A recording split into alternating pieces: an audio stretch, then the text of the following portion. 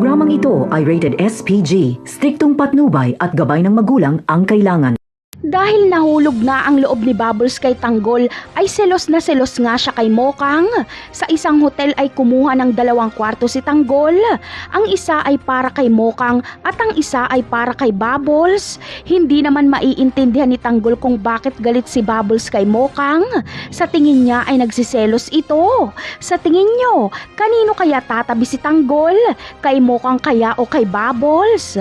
Samantala, kapag malaman ni Mokang na lumabas lang si Tanggol sa kulungan at nandoon pa ang mga kaibigan nito, ay dito mapagtatanto ni Mokang na mali ang desisyon niyang sumama kay Tanggol dahil lalo niya lang nilalagay sa panganib si Tanggol.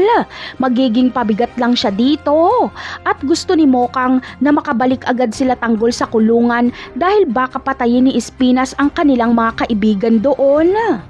Kaya naman, pagsapit ng umaga ay ikakagulat na lang ni Tanggol dahil biglang maglalaho si Mokang. Babalik si Mokang kay Ramon at paninindigan niya ang kanyang naging desisyon na maging asawa ito. Batid ni Mokang na kahit saan sila magtago ay mahahanap sila ng kanyang asawa. Kaya ayaw niya nang maging pabigat pa kay Tanggol.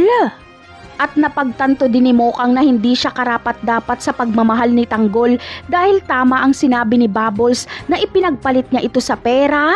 Maririnig kasi ni Mokang ang usapan ni Bubbles at Tanggol.